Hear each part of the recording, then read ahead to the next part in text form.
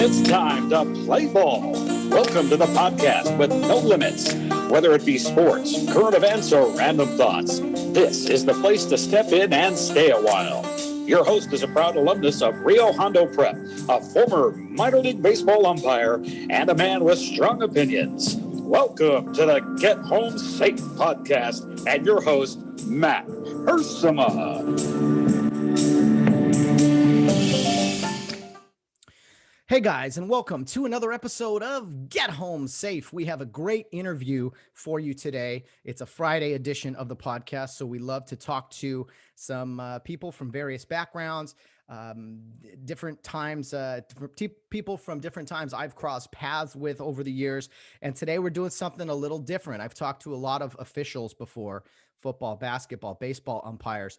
And today we're doing something a little different. I said, you know what? I haven't had a coach on this podcast yet, someone I've umpired their games. And now that I'm not umpiring, I think it is something that is, you always want to respect each craft, if you will, and not, get, too friendly, too unfriendly. There's a fine line, right? That coach umpire relationship. But it is my privilege today to bring to the program Randy Betten, the baseball coach for Cal Poly Pomona University. Going to have a lot of fun today. I've umpired a lot of Randy's games, and today is going to be some fun. We're going to talk about his baseball background and also maybe some war stories and things. This should be a blast. So let's not waste any more time. Let's bring him on right away. And there he is, Randy Betten, head coach of Cal Poly Pomona. Welcome to the program. Well, I'm happy to be here. I'm excited about meeting with you and chatting a little bit. Randy, usually when I see you, we're each in a uniform. You have lineup cards for me. We're either in a good mood from our previous weekend or in a bad mood, speaking for you and me as coaches and umpires. But this is going to be nice. Just a chance to chat and, look back on some baseball memories and things. There's no doubt. And there's no stress. I'm at my house and I'm chill mode. I got my dogs laying by me, so I'm pretty relaxed. So this is going to be great. Oh, absolutely. Sounds great, man. Well, let me ask you right off the bat. The year 2020 hit everyone hard, especially in the world of college athletics. Now, professional sports, they were able to do maybe some things that college athletics can't do. And in 2020, the season, all of levels of baseball got canceled. And so going into 2021, there was hope that we'd be able to put some seasons together. Division I has played, some Division II has played, but for the conference you guys play in, the CCAA, to my understanding, you guys were unable to play. So tell me what that has been like and kind of going into a school year knowing you guys aren't playing baseball this year. Yeah, that was really tough. That was a hard conversation with the team. We found out in December we weren't going to be able to play, and we had hopes of that we would return. There'd be some protocol that we could get back, and it just never came to fruition. And once they canceled the season, that was a real tough. Zoom. That's how we communicate with the team, is a Zoom, and to let them know that we weren't going to play and there wasn't going to be a season. We weren't going to be together. With baseball, as you know, it's a journey along the way, and to not have that with these guys, and still going academically, but we love the baseball side of it and we miss it. So that was painful. Where were you last year in March of 2020 when everything happened? I still remember vividly the last game I worked and walking away from the field after hearing everything and being like, man, we might not play again. So what was that like? Take me back to March 2020 for you. Yeah. We had just gotten back from San Francisco State and preparing for Sonoma State to come to our place that weekend.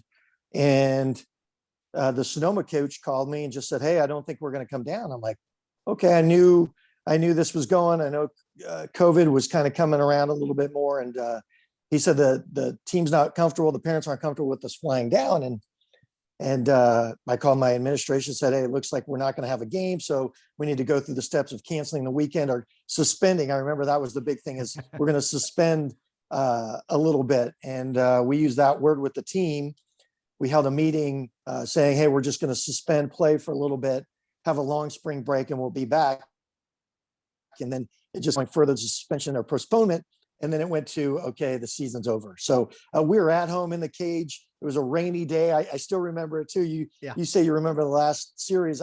I remember the last practice. I was in the cage throwing BP, and just happened to have my phone with me, and that was it. And that was it. So yeah, March 2013, Friday the 13th was my last day at work. That's right. That's scary. It's eerie. So you go through the whole summer hoping, okay, hey, and it's got to be tough telling your guys, because I got to figure in a normal year, your season ends in May, hopefully later, with postseason and everything. And you have the summer, guys go play ball somewhere. So, they're getting sharp, and then the fall rolls around, and, constantly telling your guys, hey, stay sharp, stay in the cage, keep your arms loose. But with this year and the uncertainty going into 2021, what was the challenge there in keeping track of guys, for lack of a better term? Yeah, it was really hard.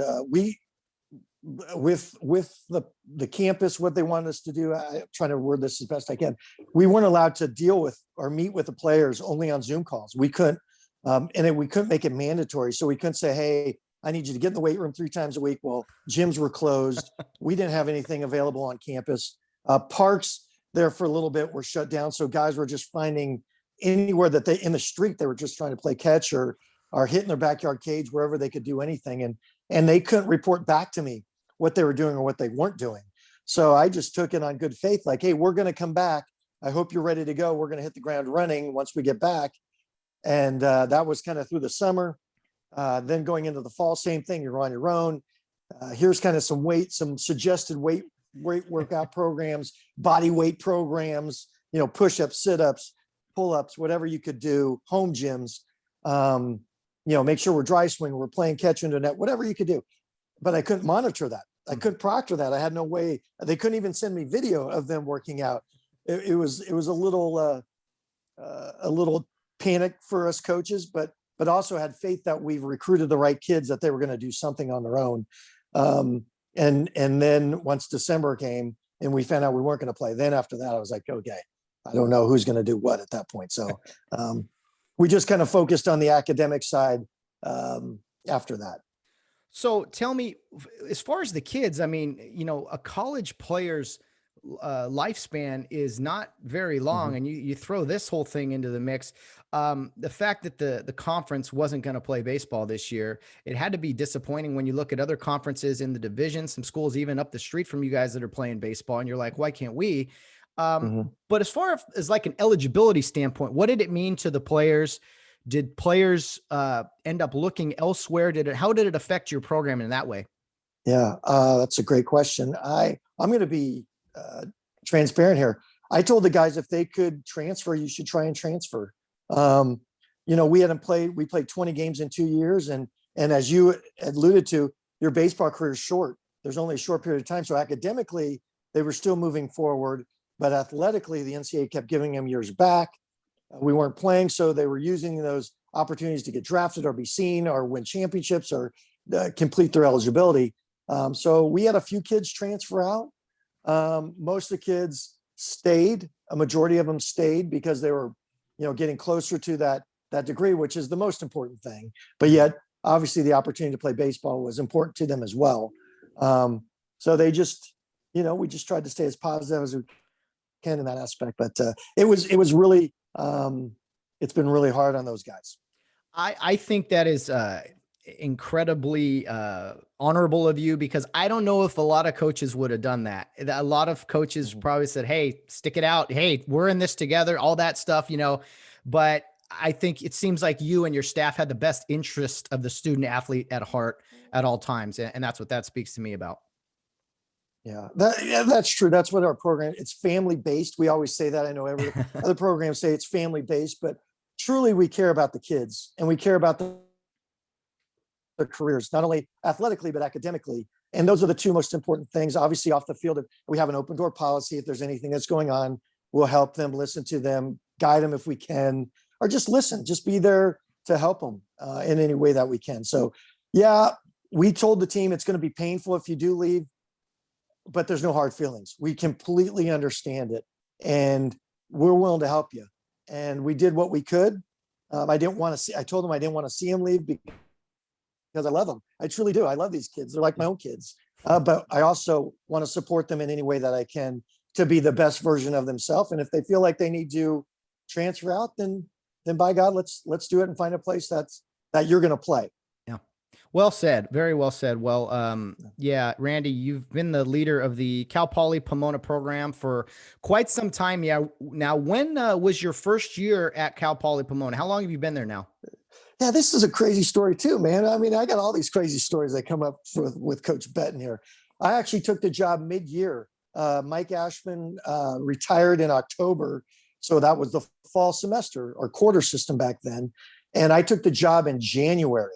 So I had 1 month to prepare a team for the 2011 season. And we were one game away from going to the World Series. So I inherited a really good bunch of kids. I came in with the coach fired up, adrenaline, energy, let's go. And the kids responded to that. And yeah, so that was 2011. That was my first season, man. That is 10 years ago. That is crazy. It goes fast. 10 seasons.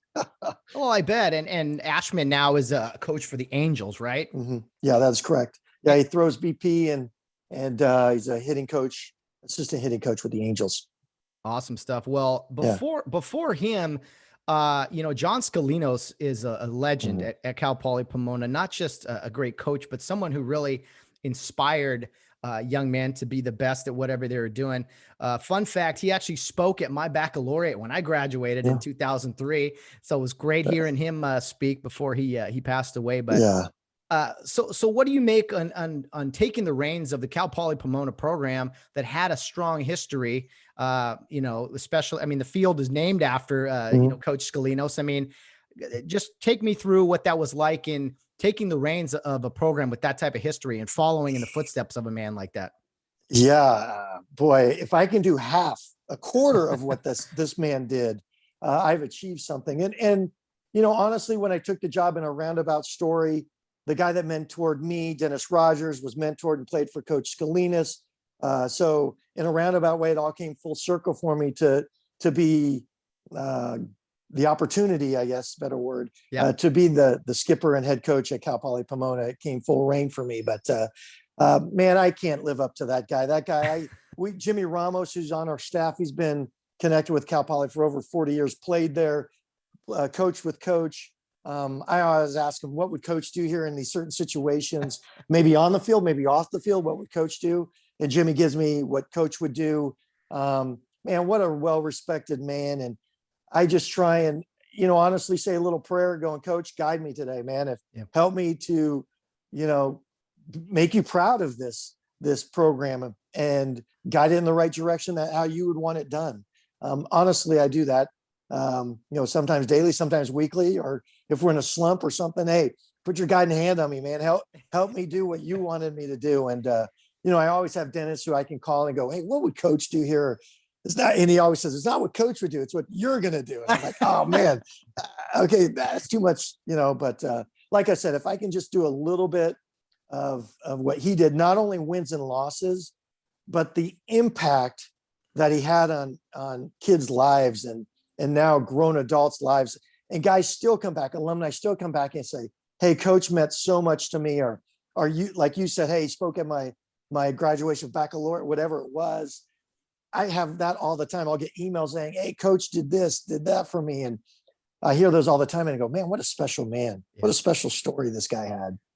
What's amazing with Coach Scalinos, again, I got to hear him speak, which was awesome, but you almost, when he started talking, the stories you hear about him, you almost forget he's a baseball coach. Like that was like secondary to him changing lives, and he had tremendous success, the 3 national titles and all that. So yeah, definitely a pioneer of the program, if you will. And wanted to give you a chance to talk about him. Awesome stuff. Well, Randy, the field itself, your facility at Cal Poly, it's seen some great improvements the past few years. You put lights in, which was a big deal, right, for you guys? Huge. What other improvements recently have you guys done? I know you're not playing, but still, the past few years, what have the transitioning of the program here to better facility. Yeah. The lights were our first phase one. So we spent $1.3 million to make sure the lights, we got the best lights that we could. They're off the chart. They're unbelievable. We had Musco Lighting come in and do it all. It's top-notch stuff. Phase two was the field. So we redid the whole field, fencing, new backstop, turf around the back, home plate area, bullpen areas are redone now. It was all about dugouts are still a work in progress. We're working on those. We only had enough money to do the field and the fencing and the backstop. That was another $750,000, $800,000. So there's been well over $2 million poured into that facility for Coach Scalinas, and a large majority has been alumni support or fundraise dollars. The school has backed us, and the administration staff has backed us and said, "Hey, how can we help? How can we make this a great facility? You've done well, not only academically, but you've done well on the field. How can we make it a nationally recognized program again?" And they've stepped up. So we're proud of what we have. This year, phase three is permanent restrooms. Thank the Lord, we'll get rid of the porta potties. And we're going to have an umpires room. So it's going to be an umpires room, men's and women's restroom, and then a concession ticket area. So we're excited about that. Umpire room, I like it. Yeah, Although I will say the room we used to be in, those were the best showers in baseball, man. It was like a fire hose coming out of there. It was good stuff. So there's one, I'm glad to hear about the renovations and everything, because I was thinking about, when is the last time I saw Randy? And it just hit me talking about your field. I was working home plate, and there was a pop-up behind home plate, and I ran back, me and the catcher, seeing if he was going to catch it. And I stepped in a hole on your field. I stepped in a hole. I rolled my ankle. I thought I broke it. I really did. And I was so mad that why is there a hole back here in this field?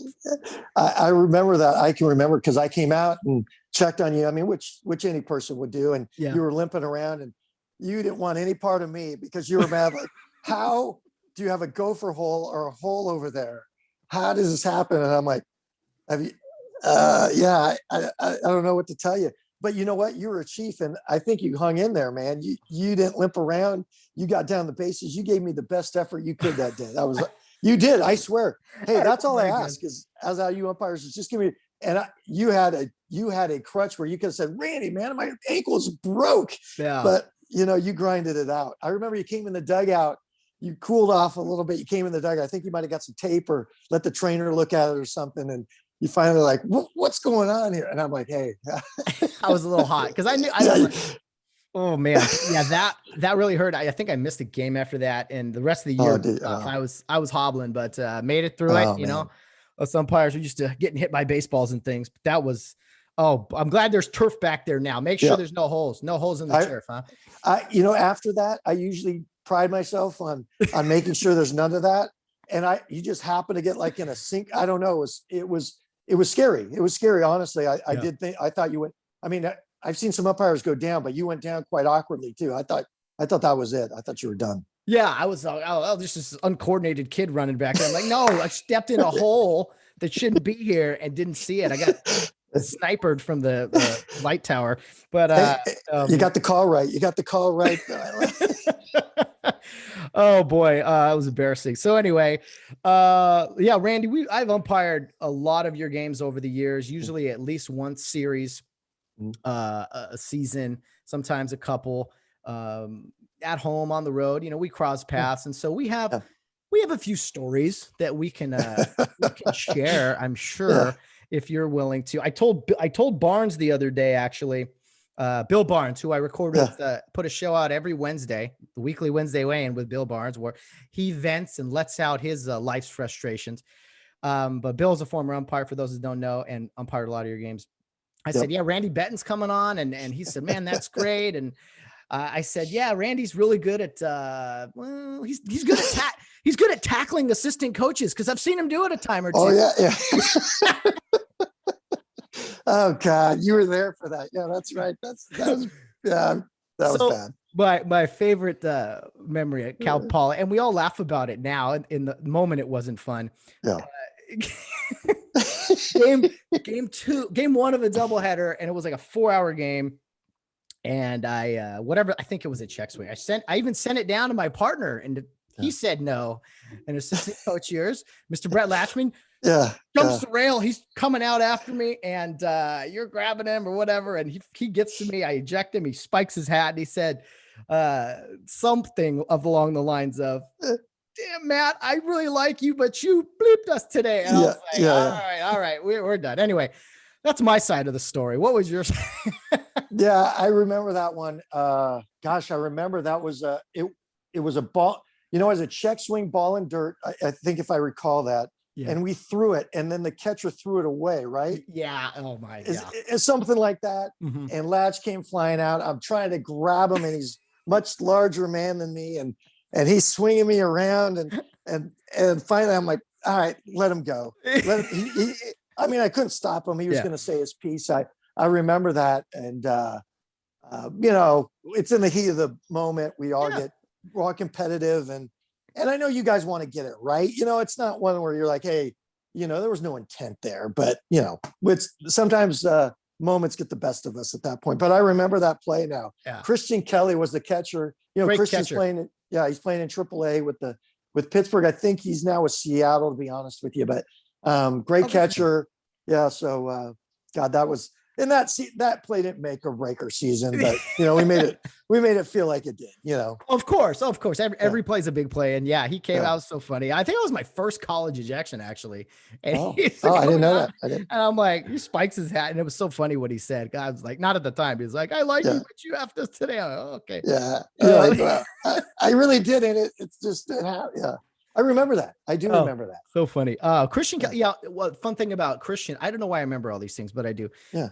He was catcher. He was honest, just in your relationship with an umpire. Mm.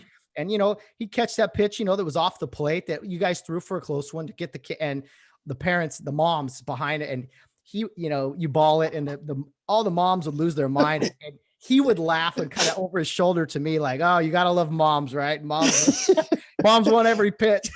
Yeah. He has got a great sense of humor, takes the game serious, but yet can interact. He understood the umpire catcher relationship and wanted to make sure he did that well. And man, what a treat it was to coach that guy. But I could hear him saying that to you too. Hey, moms want every pitch, don't they? It was good. Another story, if I remember correctly, let's see.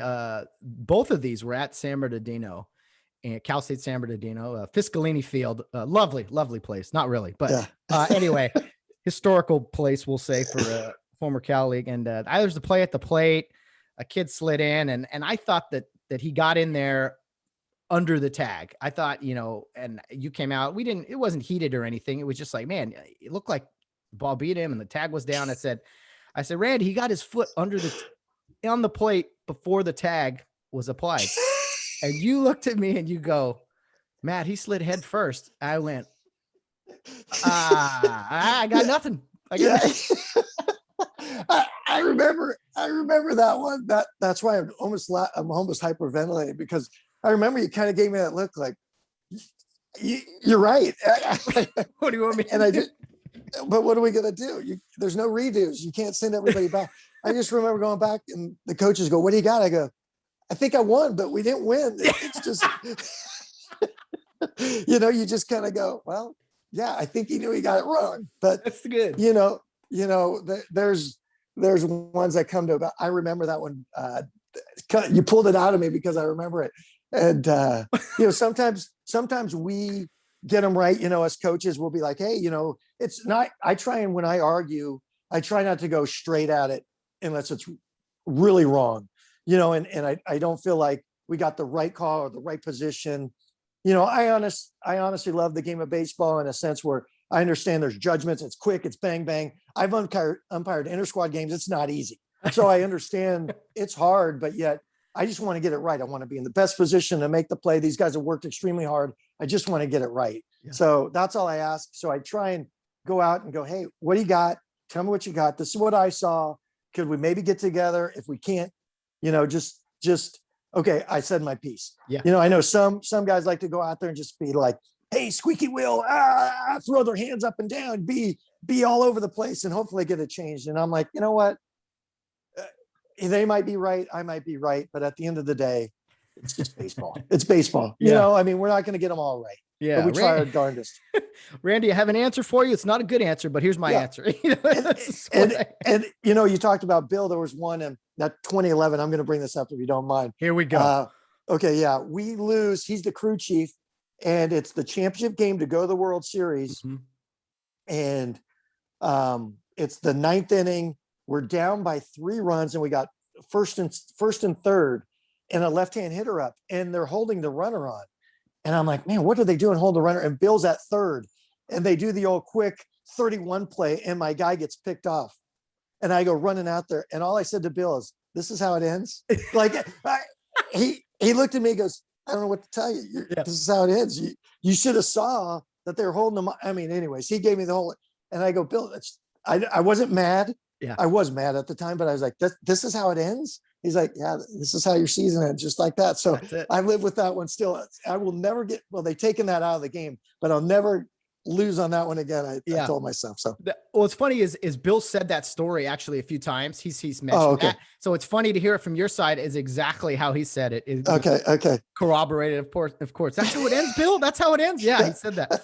That's how it ends. I go, that's how it is. That's how the season ends. Oh, it was terrible.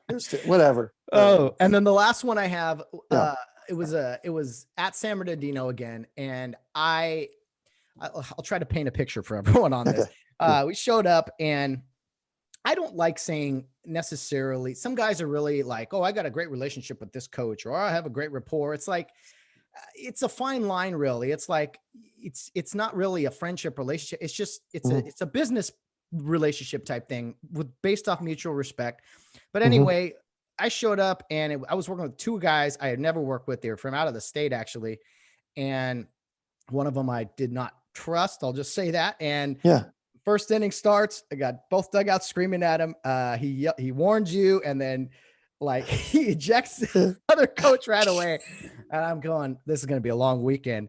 And I think it was like the first inning, and you come jogging out to me because you had known me, and you go, Matt, I have a question on the ground rules.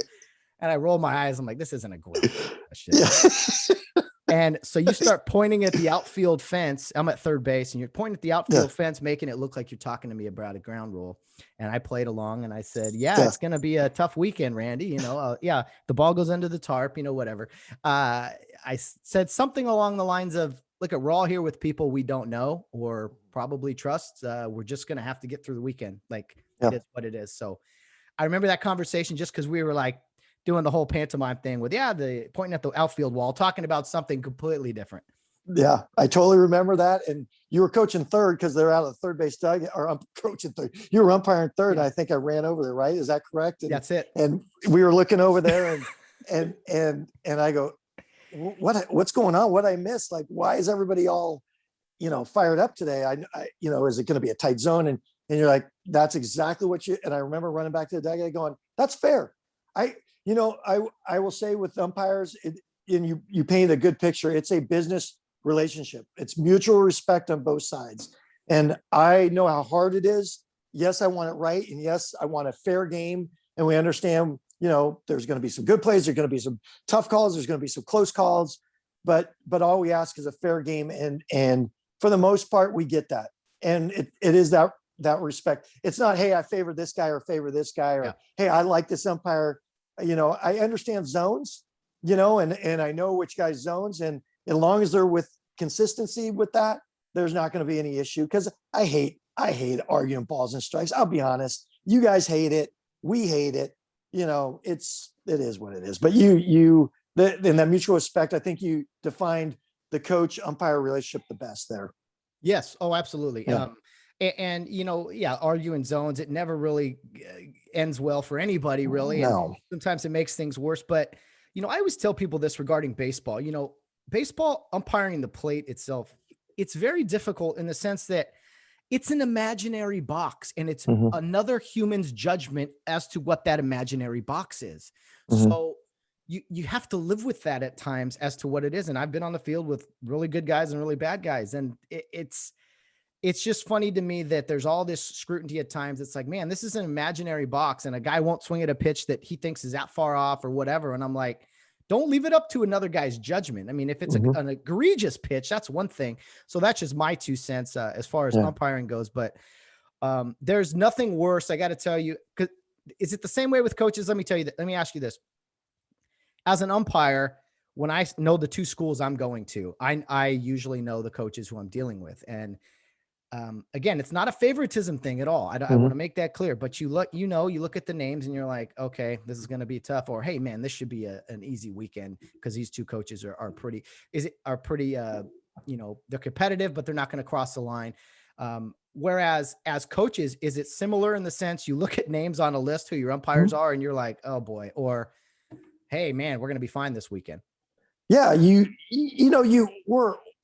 I guess we've had each other or worked with each other so much. You kind of have a feeling of who they are, what the personalities are, but everybody has a bad day. Hey, I have a bad day coaching. Yeah. We all do. There's things maybe off the field that are affecting me on the field, just like players or umpires. There's all kinds of things we can't control. But yes, I look at the list and I go, okay, this is what I know with this one. Hey, the zone's going to be a little bit smaller. Or, hey, we got to make sure we got a guy that can get it in there. We got to know that secondary pit. A bang bang plays, he usually goes this way on those plays.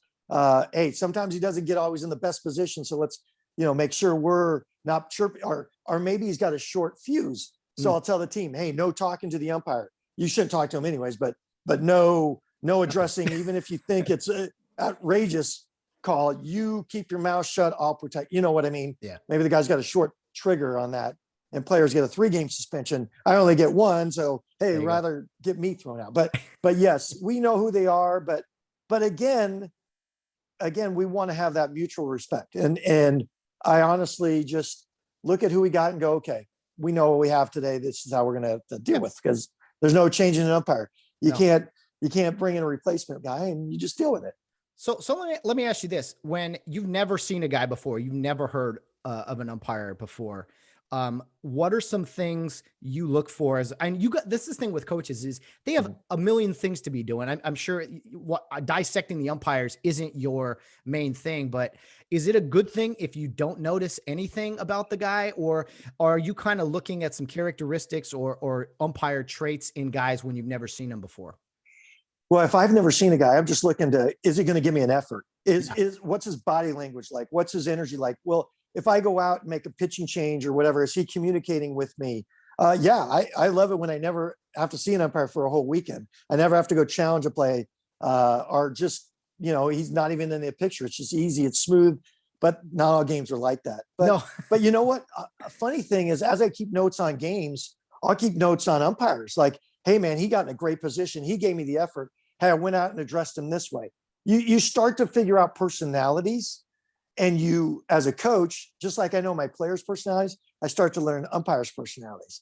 Like who sometimes can handle a little chirping from the dugout, and who can't. Who will give me a dugout warning that quick? Oh, okay, little note next to it. Okay, now I know. Hey, don't mess with Randy. In a heated situation, don't talk to Randy during this spot. Whatever. So, but if it's somebody I'm looking at characteristics and presentation. Is it a quick strike call? Is it a little delayed strike call? Is it safe out quick on it? Is there you want to learn their personalities as they're learning, because everybody has a unique way of how they umpire and how they coach. So hopefully they're learning me too. Yeah. Oh yeah. No, I mean, that goes without saying. If you're not kind of analyzing the players and the coaches you're around, then you're not, you haven't umpired long enough, or, you're not watching the right things. Like there's more to the game than just seeing a play at first base or whatever. So my thought is always with umpiring, like, and as far as teams and coaches go, is, you can't be the guy that just ignores everything and let guys say whatever they want. And you also can't be the guy that hears every little word. There's a fine line, and you cannot get walked over, but you also can't be the guy that walks out there with the sheriff badge. Hey, I'm in charge today. You can't be either of those extremes, because it's a disservice to the game. And our coach is going to yell at times or argue. Yeah, that's part of the game, but you cannot just be a guy that just wears it all the time. And when I worked with guys, that's what I would tell them. It says, hey, you need to address that. I'm not saying eject the guy, but you need to at least stand up and say like, hey, that's, anything, say anything, but don't just get walked. And then you can't be the guy, like I said, that is just, what'd you say? Yeah. So Yeah. those No, are my thoughts. you're exactly right. And I appreciate the umpire that if say my dugout's tripping, I don't hear everything or there said something or somebody did something that shouldn't have done, could be a possible, ejection, maybe didn't even get that far, but just something was said belligerently, whatever. I appreciate the umpire. Hey, between innings, hey, Randy, come here. Same thing, how we had our little powwow where we were pointing out there. It just comes out, calls me, I goes, hey man, I didn't appreciate that. Can you address that? Because I'm going to. I know for me, and people know my program, I'm going to address that right there, and that's a stop. Rather than the guy that comes out, pumps the chest, look at me, I got the umpire stuff on, get out of here, Randy, make a spectacle. Because now my dugout is, maybe it's a super competitive, close game. It's one pitch here, one pitch there, and now it's heightened, right? And now all of a sudden that guy does that. Now everybody's on that guy and looking for that guy. And as soon as he gets something wrong, now you got 35 young guys who are competitive, yelling like crazy at him. So they're, and I think that's a good feel for the game. And that's what we're looking to. We want umpires that have a feel for the game. If my guy gets picked off first base, say I didn't give a steal sign, he gets picked off first base and the umpire, bangs him. Or say I did give him the steal sign and he gets picked off or something. That's on me. I'm not going to go out there and argue that call if it's bang, bang. I mean, that's on me. I wear that one. And probably my assistant coaches want to agree with me. You need to go argue that call. I'm like, no, that was on me. If a bad base running mistake or we dropped a ball and bobbled the ball and the guy's safe and it's a bang banger, that's something we could have controlled. So I'm not going to go argue that one. No, that's really well said. I mean, it's a bigger picture here than, just the play itself. It's like what led up to the play. How, if we had fixed those things, then it wouldn't even got to that point. So that's usually how the analytical side of baseball goes with arguments and things. But I think I got to tell you, Randy, it's one of the, I haven't umpired in, a year or so now, but it is one of the most annoying things to have to deal with in college baseball is, it's a very energetic atmosphere with the teams, passionate, all that. But when it crosses over into kind of that unsportsmanlike behavior, and as an umpire, you don't want to get in the middle of that stuff, but we have to, it's our job. And so, there are times I think I've even told you like, hey, Randy, that's too much. It's too much. I don't want to have to deal with this. Please take charge of it. And you always did anytime I dealt with you, but there's, and then occasionally there's times again, when you have to act, you have to step in and, I don't know, make an example of someone. It didn't happen that often, but that's the game. Well, that's the college baseball. We're trying to keep the guys engaged and we believe that energy in the dugout, supporting our guys, rooting our guys on, maybe some antics, maybe some orchestrated stuff. We're trying to keep the 35th kid engaged, you know what I mean? And if he's not on the field, he wants to have fun doing it, and still be a part of it. But yet if we're at a library all the time, that's not how I want my dugout. I want my dugout to be fun, but yet there is that happy medium. If you get guys chirping at umpires or chirping at the opposing team, that's not character building. So that's something we can control. And the other thing is, if you want to get into this umpire thing, I think there's too much that's put on your guys' plate that you're trying to get safer out, ball or strike. Now you're worried about the donut or the guy on deck or the guy at the end of the dugout pushing them back in. I have more assistant coaches that can control that, or I can control that, and if I get the one guy that's, hey, you got that foot out of the dugout, get that foot in. I'm like, if you're worried about my left foot being out of the dugout, you got too much on your plate, or you're better than I am, because I can't, my plate needs to be very small, I guess. So, well, and then on the flip side, this is a fun conversation because we can, we're educating people here too, is on the flip side, you get the argument, oh, just watch the game. If you address something or whatever. And my argument is to respond to that is like, I'm trying to, you're not letting me, you're either yelling at me when I turn away or, that type of thing. So again, it's the balance. It's so funny how things can sway one way, based off of delivery, based off of, whatever, hey, pick up the donut. It's gotta be, hey, can you can you pick that up for me, please? Thank you. Like, Mhm. I love asking or please and thank you, I think go a long way because it's hard to give an order, like a directive with Mhm. saying, Yeah. please, thank you. That's my attitude. You know, like, Right. pick that up, please. Like, hey, Yeah. can you please pick that up? Thank you. Like, if you do that, the language is everything. And that's stuff I've learned over the years in working games. Yeah. And I believe in the same philosophy here. You know, going back to my dugout, we talk about being detailed and everything, the way we wear the uniform, the way we present, the way we clean up our dugout, the way we have the field ready for a game, the way we present ourselves. We're trying to be detailed. So those little details I think are sloppy if you have four guys. This is Randy Betten's personal flaw, where you got four guys outside the dugout.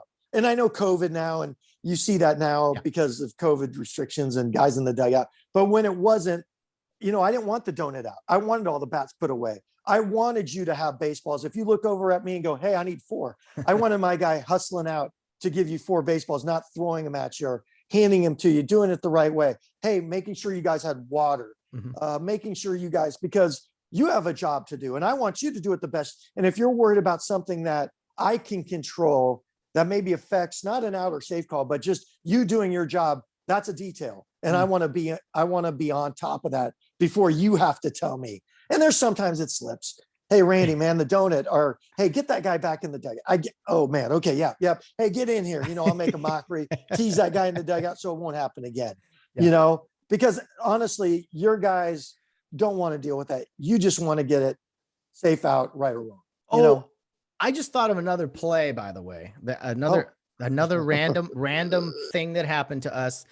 And I don't know if you were right. I'm pretty sure you were right though. So it's a little credit and it's something, as soon as it happened, I changed something I did my entire umpiring career. Something I did differently after that. It was Azusa Pacific and you guys at their place early in the season, maybe an opener, but there was a play at first base. I was at third base, nobody on. I'm jogging across towards second base, and there's a throw to first, and it was a possible swipe tag of the batter. And the plate guy and the first base guy are both looking hard to see if there was a tag, right? And there was no tag. They were both on it. And the batter, you know, went past the base or whatever he did. Like he ran to first base, avoiding the tag. And you argued, hey, he didn't touch first base. Well, both guys happened to be watching to see the tag because it was so close. And I remember thinking as a third base umpire, man, I got nothing else to do. I should have been watching to see if the batter touched first base. So now every time third base umpires, I'm jogging to second base. I don't care if the guy's out by 40 feet. I would say in my head or out loud, even batter touch first base. Nope. He veered off and didn't touch it, whatever. Even though I'm far away, I remember that weird play and it caused me to change something about myself and my umpiring. Yeah. Man, you got great memory. You know, my mind starts to, like, I think it's filling up. The older I get, I think of it as a computer. I need to redo my data because it's all filling up there. But, I don't remember that particular play, but I'm glad I had some. If it was me to influence that, that's great. Because I've been out to argue and they go, okay, there's two, like say on that, hey, are you arguing, was he tagged or was he safer out? Have you ever, you know what I'm talking about? Yes. So wait, you can't argue both. You can't get them both, but you got to come up with a split second here. Did he touch the base or was it on the tag? And I'm like, he didn't touch the base because I think he tagged him. He did touch the base. And I remember that one, but sometimes there's the one you can't argue both. You can't do, hey, did he touch him with the tag? Oh, and he didn't touch the base. You can't have them both. So I think I remember, or I've had calls where the umpire's like, okay, you got to give me one. It's got to be one or the other. It can't be both. Yeah. What do you want me to ask him? Yeah. Yeah. You can get additional information. For those that don't know, when the crew does get together, and it's changed a lot because of replay and everything, but in general, you can only ask like addition to your crew to provide you additional information. So, hey, did you have a tag there? Not, hey, do you think he was safer out, on a slide or something? Hey, did you have the field or touch the base or not? Hey, did you see the ball on the ground? Like providing information, not saying, hey, what do you guys think of this play judgment wise? So yeah, there's a tactic, definitely. Yeah. So I've learned from that too, because I now try to get the best one that I think could change. No, and that's true, because you have to. And I, as umpiring, as coaches, you're trying to stay steps ahead of the game and everything. I try to stay steps ahead. I try to think of what can I possibly, because every play is different, and there's routine, but there's not routine. And you have to have your mind and eyes ready for the last possible thing that could happen, because it could in fact happen. Baseball is a game of, hey, what if, right? You back up the throw just in case someone overthrows it or whatever. So that's baseball, just a what if game. What I always say, expect the unexpected, because that's going to come up. And if you don't do it, or you're not in that spot, that's when it shows up. Yeah. And that's when the game costs us. So always expect the worst thing that could happen. It's tough to have 18 to 21-year-olds understand that. But if we make it a habit, I try and make it a habit to back up that base or back up that throw or block that, whatever. But habits are a reflection of you. Yeah. So yeah, absolutely. Well, Randy, let's take a break from current state of the college baseball. Let's go back to your early days. Where did you grow up, and where did you play ball as a kid? Yeah, I grew up in was born in Grand Rapids, Michigan. I'm a transplant Michigonian out here to California, and I got out here about 2 or 3 with my parents. They moved out here for a church mission group type stuff. So I grew up in actually Highland, California. San Bernardino, Highland, if anybody's familiar with that, over there. Played at Highland Little League, then went on to a private school. My mom was the principal, actually, so I had to be on my best behavior. So I was the private school young man, and then went on to Riverside Community College. Played 3 years. I wasn't quite ready to play, and physically and mentally wasn't played, and that was a high program at that point, high standards, and I wasn't ready to play at those standards, and kind of worked, and played a couple of years there, and was able to go on to ASU, Arizona State University, and got a scholarship to play for Coach Brock. And then he passed away, unfortunately, and played in the College World Series, finished 3rd in the nation that year. Played with some really great guys, and next thing you know, the California Angels, at that time, came calling, and 26th round, or said, "Hey, would you like to play baseball?" And I'm like, "Yeah, but can I get a signing bonus?" They're like, "Do you want to play professional baseball?" I was like, "Yes." "Well, then you'll take what we give you, $1,000 and a plane ticket." And then I ended up playing 6 years, got as high as AAA, and had a great experience. Met a lot of good coaches, a lot of good guys I played with. Still keep in contact today. And then this crazy world goes into baseball. I want to coach. I want to keep playing. I want to keep being a part of this game that gave me such a great career. And went back to the junior college, finished my degree. Went on to get a master's degree.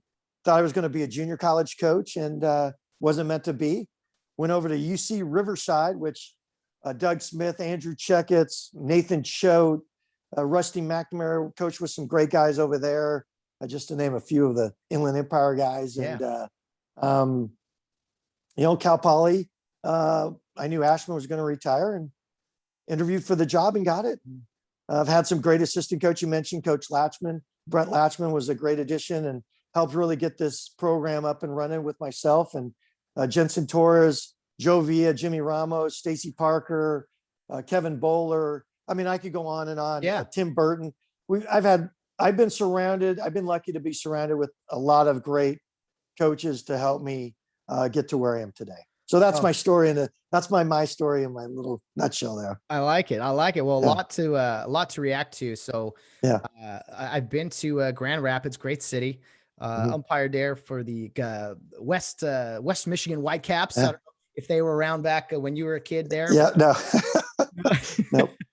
But great city. I like Michigan, pure Michigan. You see all the signs everywhere. It's a nice state. So anyway, California high school. So did you play for Dennis was he a coach at RCC? Yeah. Yep. Okay. Yeah. It was his second year. His first year was there. I graduated in 90, and his first year was there in 89. So 90 was the same team. They came back from 89. They finished 3rd in the state or 2nd in the state. Came back in 90, and that team was all there. I had no chance of breaking that lineup. And he just mentored me. He He was a wow figure for me. He was a father figure. My dad passed away. So I had this aggressive coach who got after umpires, never let him down. He was always on them, expected the best. Coach Scalina's mentality stuff, mental toughness, embrace the hard. I mean, I could go on and on of all these isms, but next thing you know, I look up and I'm like, this is what I want to do, man. This guy, I liked baseball, but then I really started to love baseball. Now I have passion for it. That's kind of my three things. I think everybody starts to like it, then they love it, then they have passion for it. Those are my three deals on it. But I look back and I go, man, what great memories. And JC baseball back then was, you had a fall season and a spring season, exactly what I needed. You had like 35 games in the fall where you played outside competition. You were playing. Then you had like a 58 game season. So it was nothing but academics and baseball at that point. So, yeah. So would you say that Dennis Rogers kind of, he lit a spark to where you thought maybe down the road after you were done playing that you would end up coaching? Was that kind of the genesis? Yes, that's exactly right. I knew I was going to maybe get a career. I wanted to go to a 4-year school. But I look back and I go, man, this guy made such an impact on me in the game. And as a person, I hope someday I'll be able to give back. Mm-hmm. So yeah, I did think my mom's in principal, as I said, so teaching aspect was there. My sister, I have two sisters, one's in teaching. My wife is a teacher. So I just surrounded myself with that same teaching mentality. I know I'm a coach as a title, but I like to consider myself as a teacher, a life teacher a little bit. So yeah. Well, so you go to Arizona State, great baseball program, a lot of history there. Well, first of all, what position were you, Randy? Yeah, I was a middle infielder. I played shortstop at junior college and then went on to play shortstop at Arizona State. And did you infield? Did you play with any guys there who eventually reached the big leagues, or any names from Arizona State? Yeah, there's a few guys, Jacob Cruz, Anton Williamson, Todd Cady, Paul LaDuca was there. That's kind of maybe the bigger one. I didn't play with him, but he was there a year before I got there. He was there in, that would have been 93. Yeah, that team, we still kind of keep in contact on some social media platforms a little bit, but those are some great memories. But yeah, we did lose Coach Brock that summer when we were in the World Series. A story with him, he had liver cancer and it just attacked his body, and he was fighting for his life the whole way. Made it all the way to a regional in Tennessee. We won that. Then went to Omaha, and about the third game in Omaha, he had to be flown home and died about a week after we were eliminated. So yeah, that's very sad. Yeah, that was sad. Well, going to college, yes, great memories. Sorry. Oh yeah, I mean, going to college in Tempe, that's a blast. I've been there before, hung out there, and then Omaha, the original, Rosenblatt. I got to go as a graduation present in 2008 to go see a few games in the College World Series, and still one of the most fun things I've ever done. But what was that like playing there in Rosenblatt, the College World Series? To me, that's the best, one of the best sporting events there is. So what is it like playing there? Well, God, I was so nervous. I was so nervous, because this is what it built up for, right? I was the pinnacle of like 8 teams fighting for a national championship we were going to be involved in. And once the game started, they said, hey, there's 26,000 people at this game, man. It's going to be crazy. Or maybe 20,000 at that point. But I can remember the game just slowing down and going back to what Dennis talked to me about breathing, slowing the game down, not making it too big, slow it down, one pitch at a time. I don't remember the crowd, but I remember every play in every game. But I don't remember the crowd cheering, hollering. I remember looking back at my boys. I have 2 boys. They've gone back to find them on YouTube and see me in the dugout, and I'm about this big. I'm super skinny at the point, just a twig, 150-pound kid running around out there, and made some plays. And I look back at that and go, man, there were quite a few people there. And man, I didn't know I made that backhand. I remember I made a diving play against Miami to kind of changed the game. I remember that. Still gives me goosebumps talking about it. But I was diving play up the middle, got up, threw the guy out, and came off the field pumping. My kids make fun of me because it was a bad pump. It wasn't very good. Dorky dad back then. Yeah, huh? yeah, dorky, jumping up and down. It didn't look good. It wasn't good. Oh, that's great. Man, Rosenblatt, I just can't imagine playing there. That's just 20,000 people or whatever. Just a great scene. The diamond up on the hill. Very cool stuff. So you get selected, you said, to get into professional baseball. And I like talking with guys about this who've been in the minor leagues, because there's nothing like the minor leagues. You can't explain it to people who haven't done it. I kicked around for 4 years and that was plenty of time for me. So, but tell me, as a player going from college where you have decent crowds or whatever, and I don't know about the facilities, whatever, but you go from college baseball to professional baseball. Was that just like shock and awe for guys like you and your peers? That's such a great question, because yes, I get shipped out. I played at Arizona State. We had 1,500 a game, 2,000 people at our stands, people yelling up there, "Go Devils," giving me all the sign, the Tiger, Go Sparky sign, and, know my name and know who I am. And, I felt like a celebrity, right? Then I go to this town where no one knows who I am, Boise, Idaho. And there's, I don't know, maybe 500 people there. Half of them, maybe not in the state of mind they should be, dollar beers or cheap whatever. Beer, dollar beers. And they're just there for the beer batter. That's another good minor league story. If we want to go into beer batter, I was out a few times. That's when the guy, a lot of pressure on umpires for when you hear the beer batter. Let me tell you, talking about every pitch. Oh my goodness. Come on. Ooh. Yeah. All of a sudden it's a dollar beer, and instead of $4 beer or whatever, or $3 beer or whatever. And you were that guy. I remember they'd announced it. I'm going on a tangent here, but let me go back. I'll get to that story, but Boise. And then I went to Cedar Rapids that same year. And the bus trips, the broken down buses, no air condition, the video wouldn't work, doubling up in the buses, overnight trips. Gosh, it was quite an experience. I umpired at Boise, so I know what you mean. And I umpired at Cedar Rapids. I know these cities. They are not that glamorous. And what's crazy for college kids going into professional baseball is the whole concept of playing every single day. Every day, bus trip. Hey, you had a tough day yesterday. Okay, get on a bus and drive 600 miles. So you're playing again tomorrow. Mm-hmm. Like, it's that everyday grind that I think breaks some guys. They're like, I liked baseball, to your point. I liked it, but I don't love it, or I'm not passionate enough about it to continue doing this. So a lot of guys wash out for that reason.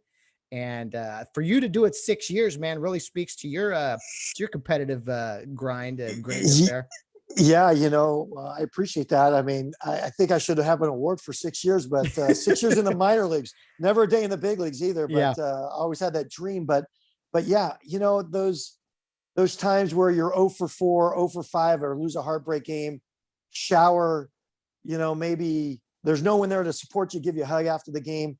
Hey, but we got to get to Grand Rapids from Cedar Rapids. We got a 9-hour bus trip, and the bus leaves at 10 p.m. and you're getting in there at 7 a.m. And then you got BP at 2 p.m. You sleep till noon, you grab Chick-fil-A or whatever you can get in your system, peanut butter and jelly sandwich. Get, the eating habits. So you think this is a minor league is glamorous. I mean, you're in these peanut butter and jellies, probably not sanitary, the things you're eating off of. Your clothes are half washed, you're wearing the same socks, you're unpacking your own bag, you're just grabbing a locker, shower towels, these showers, you got to wear shower shoes. And I mean, you could go on and on about minor league stories, but those are funny. No, so you get to your final season, and did you make the decision, or were you released like most guys are? I mean, what was that phone call like, or that decision like for you? Yeah. Well, I went to spring training that year trying to make the AAA club.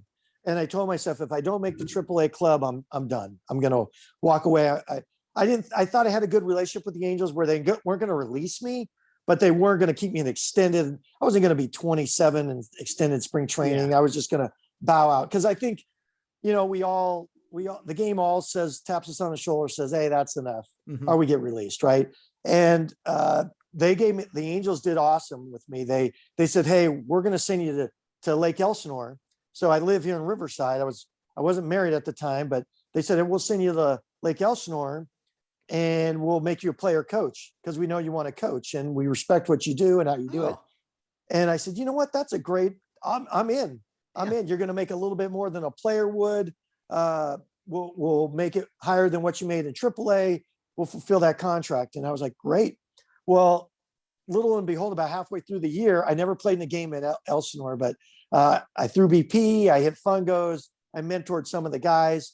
A coach gets fired up higher up, and they said, hey, you're gonna go to Cedar Rapids to be the hitting coach. And I'm like, wait, so I'm gonna be a employee now, full-time benefit. And they're like, yes, and can say in your resume you're a coach, full-time coach. And I'm like, I'm in.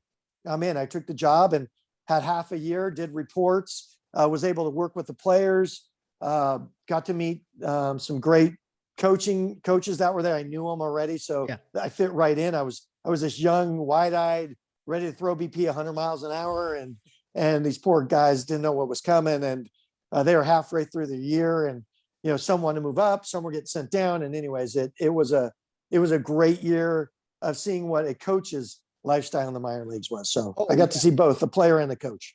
Yeah. And that's pretty cool to do it like immediate like that, to follow up from playing to being a coach. And was it weird kind of coaching with guys that weren't that much younger than you? It was a weird time for me because the coaches were older, the players were too young. So I was in that who I couldn't hang with the players because I knew that player coach separation, but yet those guys were married, kind of doing their thing. So we'd go on the road and their wives would go with them, or they would have their families with them. And I was by myself. So it seemed like I was always by myself until I went to the baseball field, to the yard, to actually work with the players. What you're explaining is exactly what it was like as a baseball umpire in the minor leagues. You're not quite as old as the managers or coaches. You're a little older than the players, but similar age and by yourself a lot. So that's what it was kind of like. So and the funny thing, what I ended up doing was at home, I really became a good golfer because I'd want to get up. I didn't want to have that players mentality where I'd sleep until noon, get up, go to the field. So I'd try and get up, but the umpires were always in for golf. The umpires would always have their golf clubs, and I'd be like, hey, we got a hookup over here at Cedar Rapids Country Club. You want to play when you're in town, or, the first night of a 6-game series, they'd be like, yeah, let's, is there a golf course? And I go, hey, you know what? I'm not going to get thrown out. I'm not the manager. The wins and losses aren't on my record. Let's go play golf. And I'd get to know those guys and play golf with them. So it was fun. Funny. That's funny. Yeah. That's a thing that people need to understand about the minor leagues. Players, coaches, umpires, managers, trainers, everyone is going through this season together. That is why it's such a big deal at times when, guys get shown up or something in professional baseball. Cause it's like, wait a minute, we're all out here. It doesn't matter if you, signed a big signing bonus or if you are just, a 50th round guy, a free agent or whatever. Like, we're all out here together. We're all riding that bus. We're all in this 140 game season in 150 days or whatever. So that's where I think a lot of these unwritten rules of baseball and this and that stem from too, is just a lifestyle, not only in professional baseball, but minor league baseball. Yeah. Minor league. I mean, I think everybody sees the big leagues and they're flying on jets and someone's taking their bags and these lush clubhouses and spreads and the money they're making. Minus that by 1,000, and then you got the minor leagues. And you got to grind through that to get a shot, at the big league. So Randy, go ahead. No, go ahead.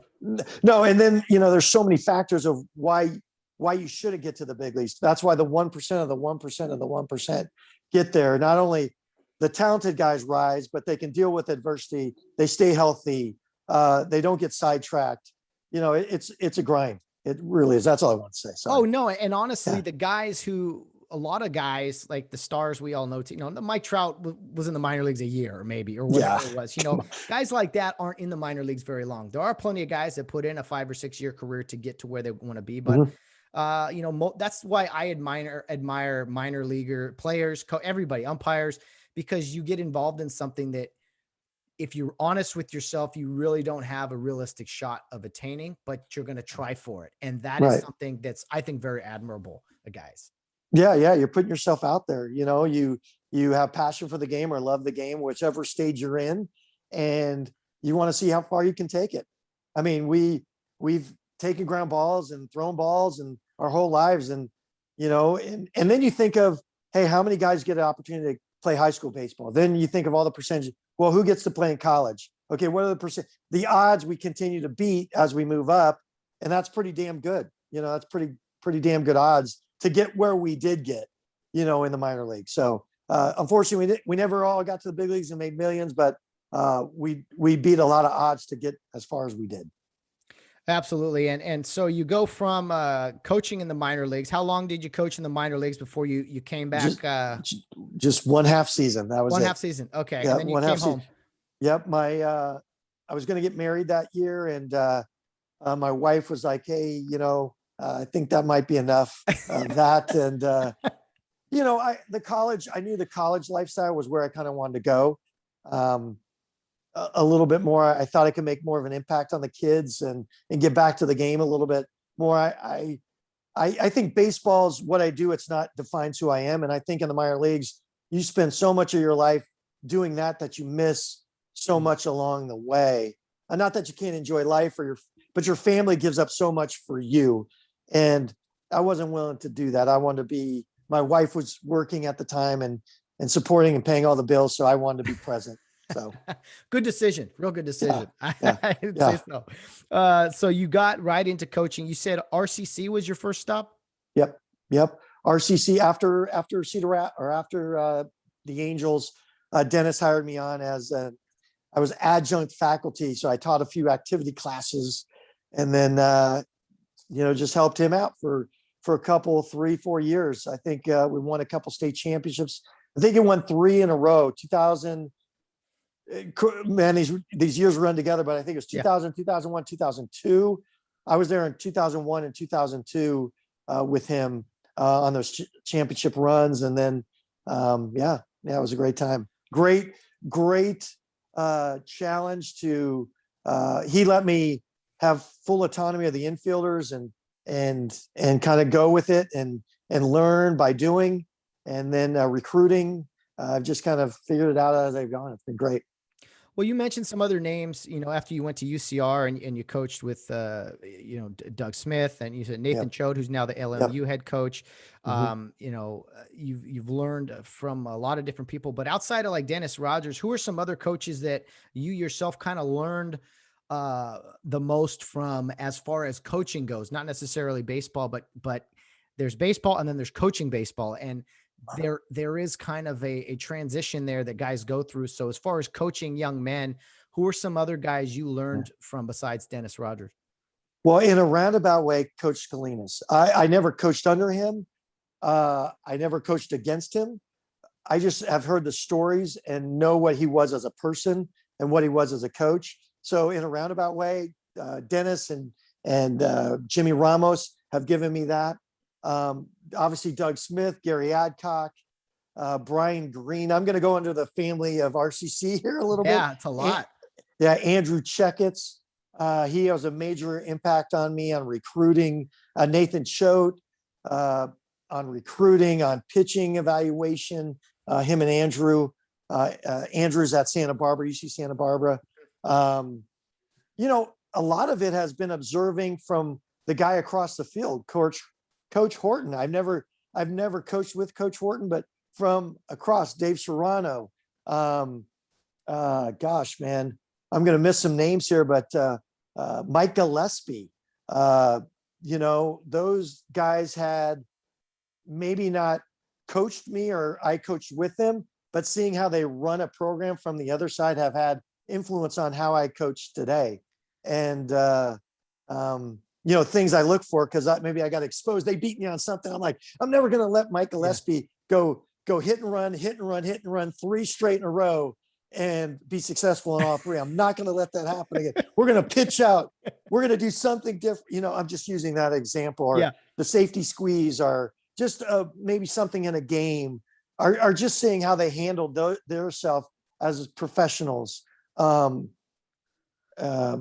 what I've kind of learned. So maybe not direct contact, but indirect contact that have had an influence on me. And then obviously all the coaches in the CC2A, because this is my first head coaching gig. Some of the older coaches have had major influence on me. Some of the younger coaches coming in have had influence on me to direct who I am today as a coach. It's interesting that wasn't something I expected to hear, was that you can learn from guys you compete against, not having worked with them before, but it makes sense. I mean, what's a Yogi Berraism? You can observe a lot by watching, or something like that. Yeah. One of my favorite quotes. Yeah. That's very, I mean, and it's make no mistake, it's not a mistake that a lot of the guys you mentioned who were your colleagues as an assistant coach ended up being head coaches at D1 programs themselves, and just had great success. I want to ask you, kind of while we're on that topic, what for you is the biggest difference, since you've done both now, in being an assistant coach versus a head coach? There's some, obvious examples. You have the lineup cards and this and that, but what would you say, if you could characterize or summarize, what are the key differences really in being an assistant versus being the head man in charge? Well, that's such a big question, man. It really is. You never know it till you get it. You always think you're ready to be a head coach as an assistant. If I was a head coach, man, I would do X, Y, and Z different. I have all the answers. And then somebody hands you the keys and says, okay, you're the head coach now. Go run a program. It's more than just the wins and losses on there. It's guiding a whole culture. And as an assistant, you're part of that. And a head coach gives you direction on what his vision is for a program. And then you go do it. So it's somebody else's vision, but yet you kind of put your stamp on it a little bit. But as a head coach, you're the one that has to be in control of what you think it needs to look like, what is important to you as a head coach. And obviously the wins and losses are on your name, which is beyond it. But yet, if a kid gets in trouble, who are they calling? They're calling the head coach. If a kid gets thrown out of a game, who's getting called into the AD? Or if you get thrown out of the game, who's getting called into the AD? Or if assistant gets thrown out of the game, who's getting called into the AD? This guy. So there's things you think you're prepared for, but then there's things that you're never prepared for. And that's just the baseball side of it. Then you think off the field side of it, academic, mental awareness of the kids, where they're at mentally, making sure they feel as positive as they can on and off the field, dealing with alumni, dealing with budgets, transportation, hotels, meal monies. These are just things that are small things. People think, oh, that's easy stuff. You have somebody that does that for you. Well, as a Division II coach, that's you. Yeah. That's not the manager. That is you. So there's other levels to it as a Division I assistant or Division I head coach, then as a Division II assistant, and I'm sure a Division III assistant, and then as a head coach as a high school. Those are completely different things too. So I think every level has different challenges, but we're never ready until you get there. Yeah, it's crazy that your first head coaching job for anywhere, right, was Cal Poly Pomona, where you're currently at. So you've learned a lot as you've gone, right? And so it sounds to me, Randy, like man, the easy part is game day. Like let's throw that first pitch and everything, all the other stuff. That is right on. I mean, the best part of my day, and I hope my staff and bosses not listen to this. The best part of my day is going to the field. It is, because I know once I get out there, it's strictly baseball and things that are within baseball, dealing with mental toughness, dealing with a player, developing a player, developing a program. That's stuff that is out there between the fences. But once I walk outside that fence, that's when the real world hits again. So that's that's the best part of my day. And once that first pitch thrown, hey man, that's the best. Those are the best. the best times of the day, the Oh, man. best. If you can, I've always been curious, as an umpire, we have this season, it's roughly 4 months, 15 weekends or whatever it is. And, there's some buildup to the season. We have tests we got to take. We got to try to get, physically ready to, and this and that, get our gear and things. But, it's roughly not a whole bunch of buildup as far as the off season go. There's testing but if you can, for me, I'm sure other levels are similar. You coach at the Division II level, but if you can, for me, take me through a year of your responsibilities and things you have to do. I know the season starts late January, early February, whatever it is, and it ends in May or early, June or so. But once the season ends, what is the time frame? What goes on between the end of the season and the beginning of the next season in usual years, not the COVID year? Well, and that's a big question too, man. You're asking these real whammer questions, man. You got it. I haven't got to, I mean, this is fun for me because usually you are the one asking me questions about a play I missed or got right, whatever. Now this is my chance to turn the table. Yeah, well, you have. Well, okay. Well, let's just say once the season's over, we'll just talk about the current team. There's exit meetings. You meet with every player individually. There's collecting the uniforms. There's no one on campus that does that. That's this guy too. So I got to inventory everything. These are just little things that we do. But then there's NCAA compliance stuff. There's renewals of scholarships. Some guys might be unhappy and might be leaving your program. You might have to deal with academic issues because usually the semester's not over yet.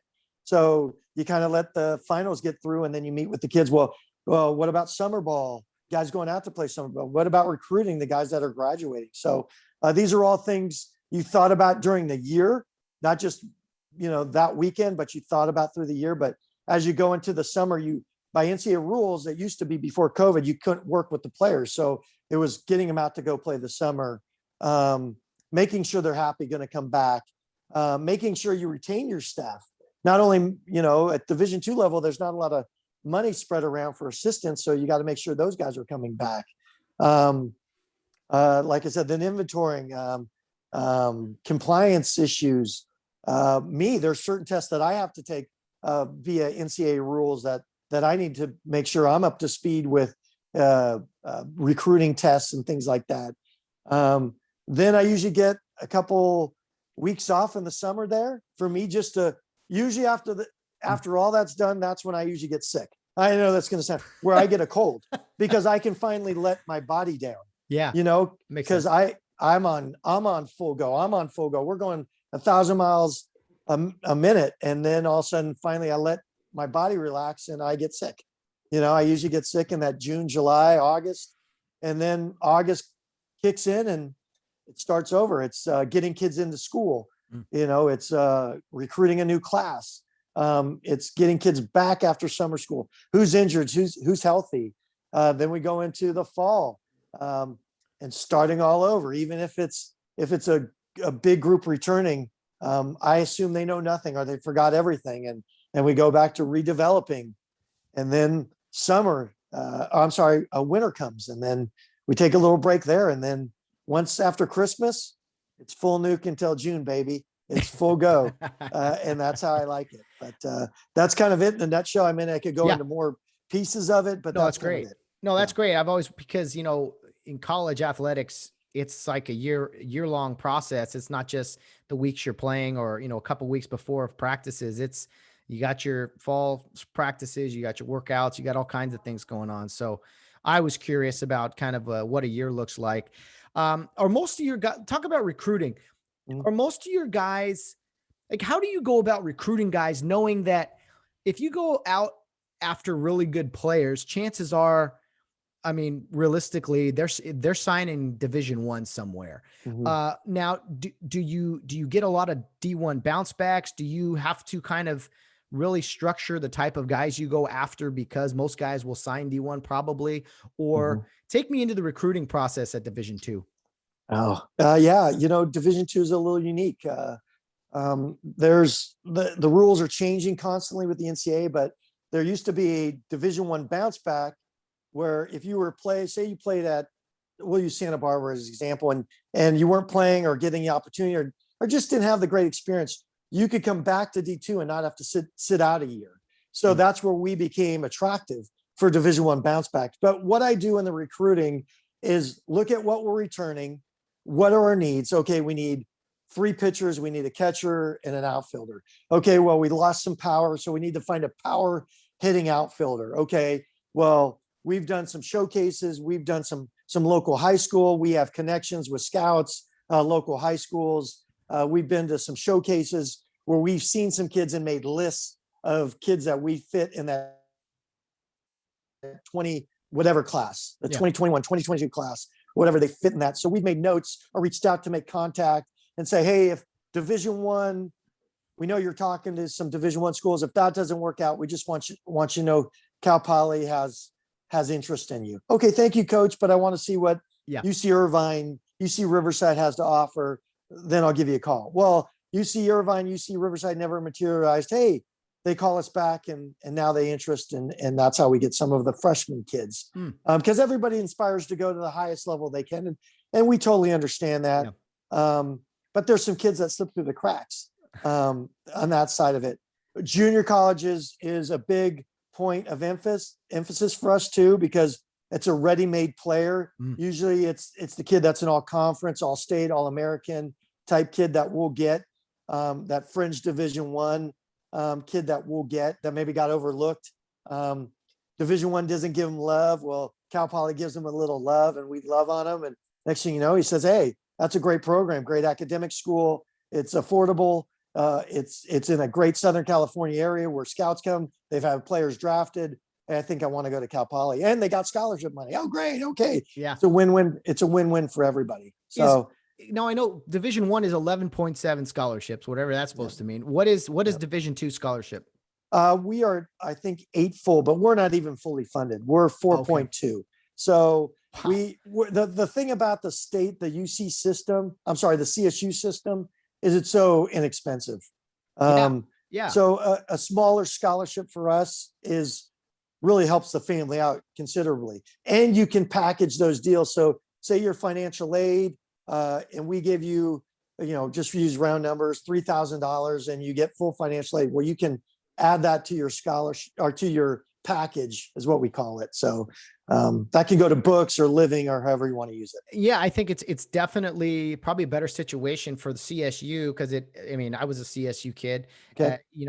School wise, tuition isn't as bad as you play some privates. Now, all the schools in your conference, I believe, are either UC or CSU. So correct. So you're not fighting those private school guys. They got a little bigger challenge financially, I think. But I always find it interesting, like what brings guys to each level, because I've seen some amazing guys in Division II, guys that get drafted in the first round. I mean, it doesn't mean you can't play at the next level. And I think some guys shy away from D2 at times, whereas you can be an average guy in Division I or be a star in Division II, right? So that's a fine balance. Yeah, and that's what we try to tell them the recruiting. We feel like we do a really good job with the good fringe Division I player. He might not be the elite player, that the starting shortstop on a World Series team or a Power 5 conference, but we feel like the mid-major, we do a good job in that identifying that tweener player that could be that guy. But he comes to us and he gets an opportunity to play earlier in his career. He gets an opportunity to develop because we're around really good coaches. We play in a really good conference, competitive top to bottom. And like you said, you could come here and be a really, really good player with scouts going, hey, got the radar gun up or got the stopwatch on you and are evaluating you rather than you charting in the dugout or sitting on the bench. So there's a lot of great things. And the degree here is really solid. I mean, a degree at those Division I schools, just the same as what it is at our school. So educationally, you're still in a great thing. Athletically, you're still in a great environment as well. Oh yeah. Very, very well said. And do you think logistically, maybe proximity where you guys are helps recruiting in the sense that some kids love the idea of going away somewhere, but other kids, maybe they do it and they're like, I want to be closer to home. it's a rich area, really, the San Gabriel Yep. Valley, so there's a lot of talent here, but also a lot of options and places to go. So that's got to be tough. Yeah, everybody kind of has a big pool of players and everybody's got their hands in there grabbing. But I think where we're located, we can get the San Gabriel Valley kid that wants to stay home. That's wants to stay, live at home, parents see play. Maybe there's a situation at home where they need to stay home to help the family, work or whatever it might be. We can go into South Orange County. We can come in the Inland Empire. We can go into up in Stevenson Ranch, Hart area, up Valencia, up in that area, or we can even go into Northern California. We usually stick within California. We don't usually go outside of California to recruit because there's so many good players here. Oh, yeah. But where we're located, the 10, 57, 60, all these changing intersections being right there, I think it's attractive to kids because you could get home quickly. Your parent could come get you if there's an accident or emergency, they could come get you. So I think there's a lot of positives where we're at. Oh, and yeah. Scouts, hey, I'm going to go this. I'm even going to pump us a little bit more. I think Scouts like where we are because you could get to USC, UCLA. You can get to Fullerton. You can get to UCR. You could get down to San Diego if you had to. I think where we're located is really good for guys to come see a day game and get to a night game somewhere.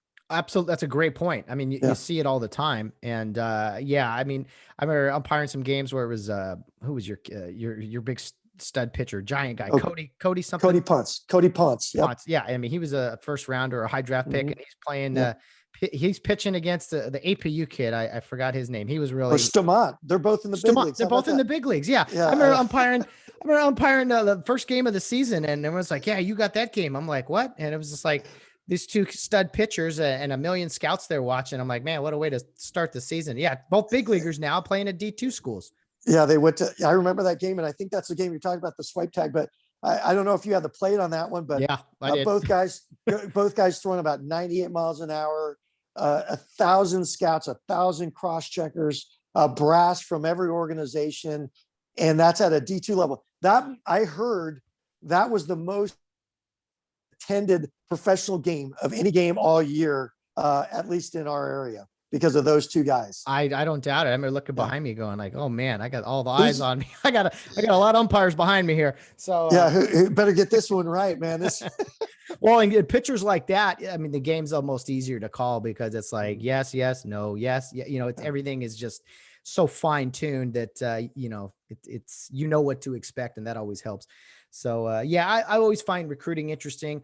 My last pitch to you kind of regarding that, and you've kind of touched on it already, is what are you, we talked about the level of players, but what is it you're looking for in players who come into your program? What's the type of kid you're looking for, characteristics, just what exemplifies a Cal Poly Pomona Bronco that Randy Betten's looking for? Yeah, that's a great question. I mean, well, first we go academics. I mean, I obviously, well, let me rephrase that. Obviously, we've recruited them to get them to this point to talk with them or meet with them is basic what they've done on the field. So athletically, they fit that box.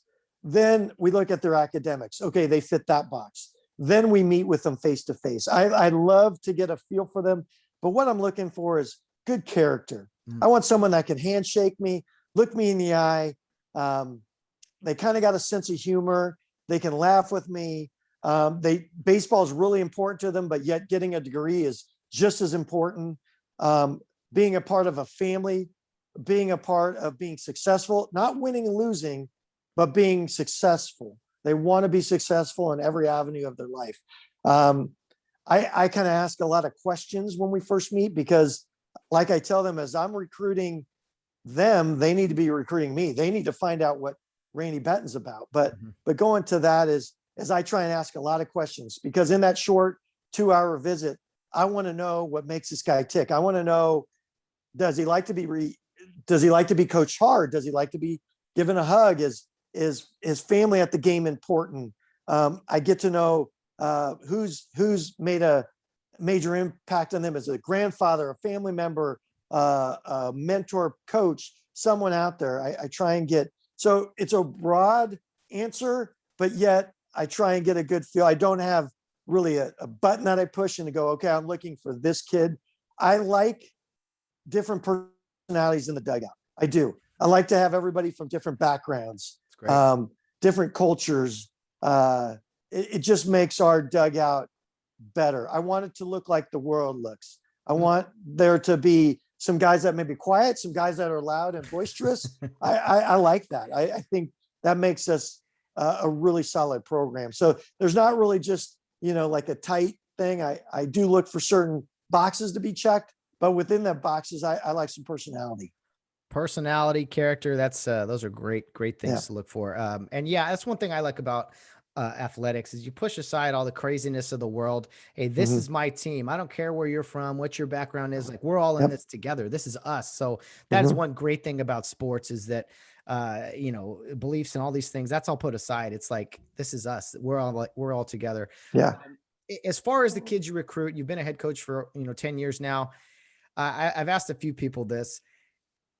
I'm 36 years old. I've seen, I'm not quite that millennial age or whatever. Maybe I am, whatever the phrase is, but have you seen kids change over the years? What are some challenges in maybe how kids were 10 years ago versus they are now? Boy, man, yeah, you got me. Have kids changed? I think we've changed. I think Exactly. society, we've evolved. Is it a good, bad thing? I'm not one to say if it's bad or it's different than how I was raised. I didn't Yeah. have a cell phone. I have 3 kids. I have a 19-year-old, I have a 17-year-old, and I have a 14-year-old. So I see that side of it. I'm recruiting kids that are my son's age. So Yeah. it's, I'm meeting with parents that are younger than me. So it's kind of a little weird, but I think, yeah, things have changed, but society's changed. We've all changed. We've all evolved. Well Um, said. Well said. and I think for me, it's staying up to the times. I have to, because I'm dealing with that 18 to 22-year-old young man. I need to know what goes. And for me, the big thing is the phone. The phone is something I never had to deal with Yeah. until later in my life.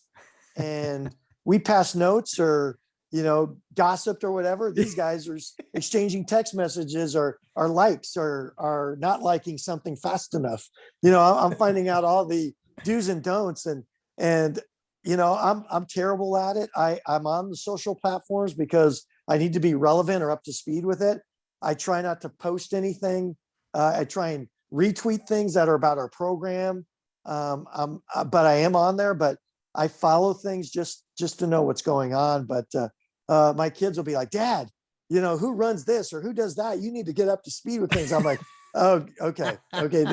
So that part of it, I'm not up to speed with, but just trying to be sympathetic to the kids too, to understand that this is a different generation in a sense. Phones are important to them, making sure that they have their time they need on those and whatever, but Yeah. making sure that they understand there's a time and a place for them as well. Time and a place, fine line. Absolutely. Yeah. We've kind of repeated a lot of those things. Yeah. As we kind of wrap things up here towards the end, I want to ask you kind of 3 final like just quick hitters, but they might require a longer answer, but just 3 things. Favorite memories from coaching, things you're most proud of as far as a coaching program or whenever, and then future goals for your program. So the first one, what are some of your favorite memories from coaching, things that jump off the page? Man, if it comes to coaching, it's obviously the yearly grinds with all those guys. For 10 years, every story has been different. Every journey has been different along the way. So those journeys, wins and losses, great, World Series, regional appearances, but seeing those guys have success, because we've been successful. We've won a lot more than we've lost. Thank the Lord for that. But to see those guys have their moments, and I tell them every year, everybody's going to have a moment throughout this year. So but beyond that is watching we such a good percentage of guys that graduate. It's like 98% of our guys graduate. So when they text me or send me pictures of graduation, or I hear they graduated, or I send them a text, congratulations on graduating. Those are proud moments for me. School was not, I'm going in a big tangent. School was not easy for me. So to see these guys get through it, but have a great opportunity on the field and great moments on the field, but yet off the field, celebrate that with their families of graduation and walking down that achievement. Those are really important moments for me. Well, that's awesome. That kind of spills into the second question I had with kind of, what did I say? Your things you're most proud of. It seems like, just the kids watching them grow up. We get older, right? But the kids stay the same age, right? And then finally, kind of, Randy, what are some future goals for you and your program here going forward? I know you're not playing this year, but what does the future look like for your program?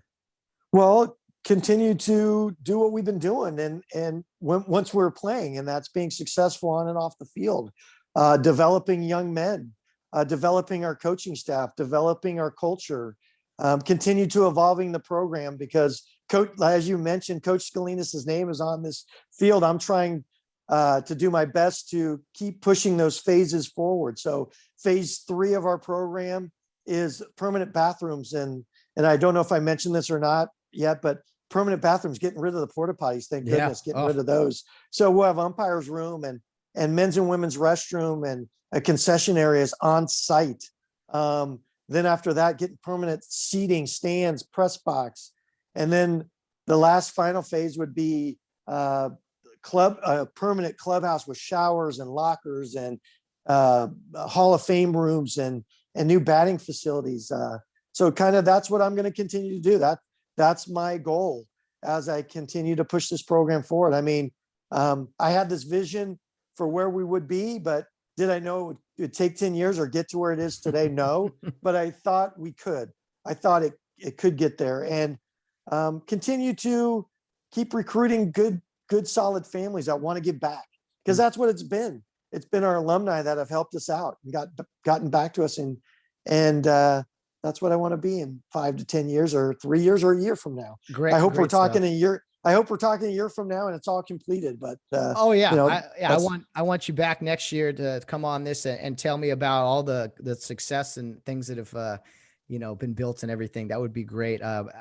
Great stuff, Randy. This really was a pleasure talking to you about your program, your baseball journey and everything. Some umpire war stories. That's always fun too. I am very, very excited to put out this podcast. I think it came out really, really great. Yeah. So I appreciate your time, and man, you know what, you guys, correct me if I'm wrong.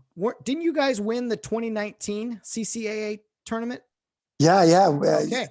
Okay. So these are all real good memories, obviously, but there's some highlights in there along the way, but that was a pretty important one because we're the 6th seed and had to win the tournament in order to get into the regional. I remember. Yeah. Yeah. Anyway, my point is you guys are the defending CCAA champions going into 2022. You got a title to defend, right? You know what? Thank you for bringing that to my attention. And now that I have that, I'm going to put a banner up in our clubhouse that says, "Hey, defending champs of the last possible conference tournament." So that's exciting. Well, that's going to be my mantra over the whole summer is, hey, we're still defending champs. No one's knocked us off that. Thank you, man. You got it, man. You got it. See, I'm here to help. I'm here to help. Well, I wish you nothing but the best. I'm looking forward to the Broncos getting back on the field. And I know it's a tough year for everyone in this season too, but I appreciate you taking the time, and I'm working on a few other names, a few other coaches also to get here on the podcast. So, but I appreciate you being the first one. Oh, well, man, I'm honored to be there and to be the first guy or whatever, but hey, man, I appreciate you taking the time. And I think it's a great support of, and for you to recognize our program is really special to me. It means a lot. Oh, definitely, man. Always a pleasure working your games, and didn't agree on everything, but no one ever does, right? That's life. That's life. Yep. So, thank you so much, Randy. This has been a pleasure. I will chat with you sometime down the road.